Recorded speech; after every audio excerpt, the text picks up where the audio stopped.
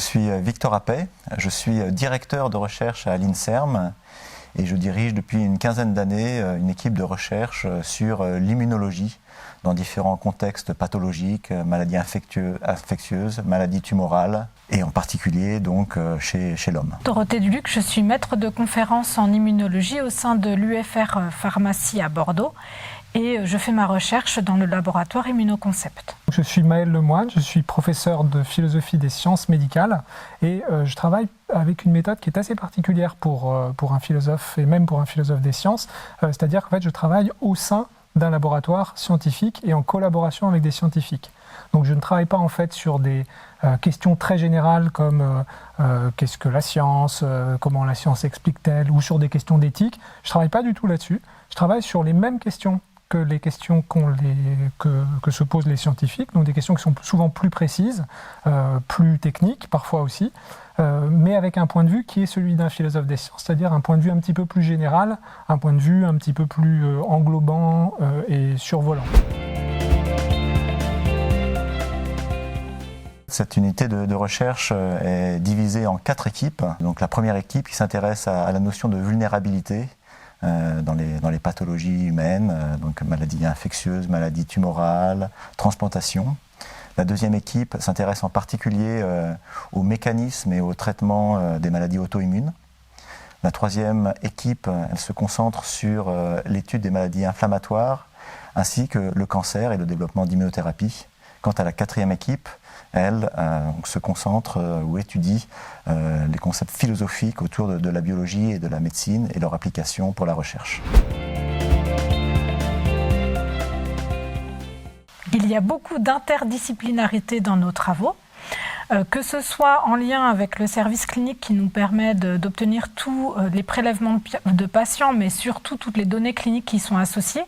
On collabore énormément avec le service d'hématologie de Haut-l'Évêque, en particulier avec le docteur Édouard Fourcade.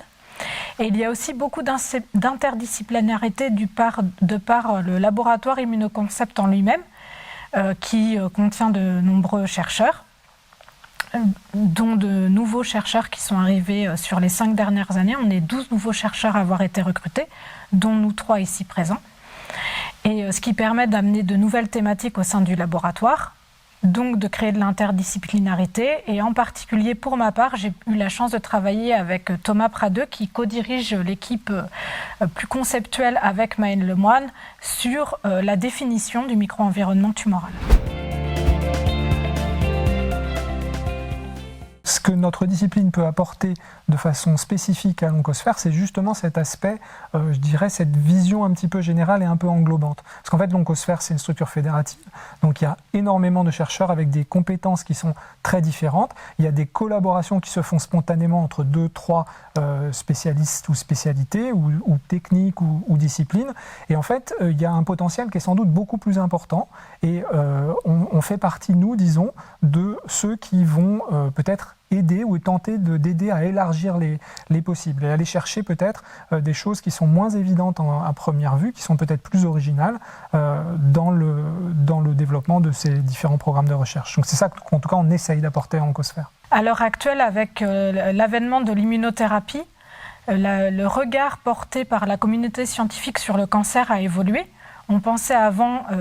Quand on pensait cancer, on pensait uniquement aux cellules cancéreuses. Maintenant, avec l'immunothérapie, on pense beaucoup plus au micro-environnement.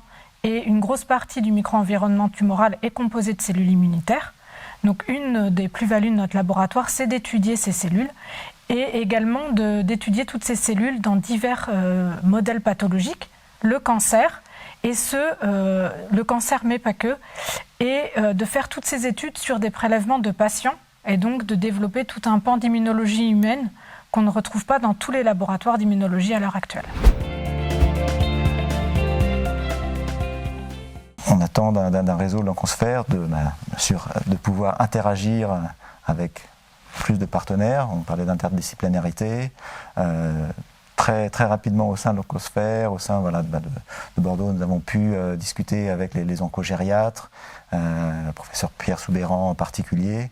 Et bien sûr, ceci est un accélérateur fort du développement de nos recherches. Ça nous a donné accès à une communauté d'emblée assez grande au niveau local, je veux dire régional. Parce qu'on a dans les réseaux des philosophes des sciences dans le monde sont des petits réseaux, parce qu'on n'est pas extrêmement nombreux, mais sont des réseaux qui sont extrêmement connectés avec des chercheurs, souvent de très haut niveau international.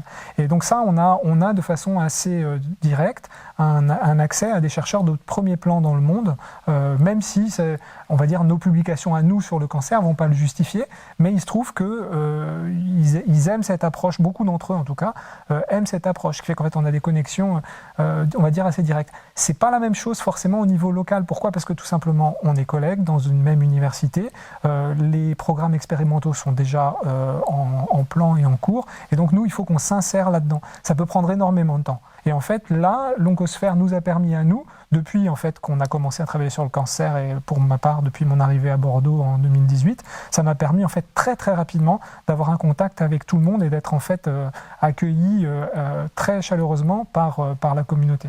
Donc ça a été vraiment un pas décisif pour notre groupe.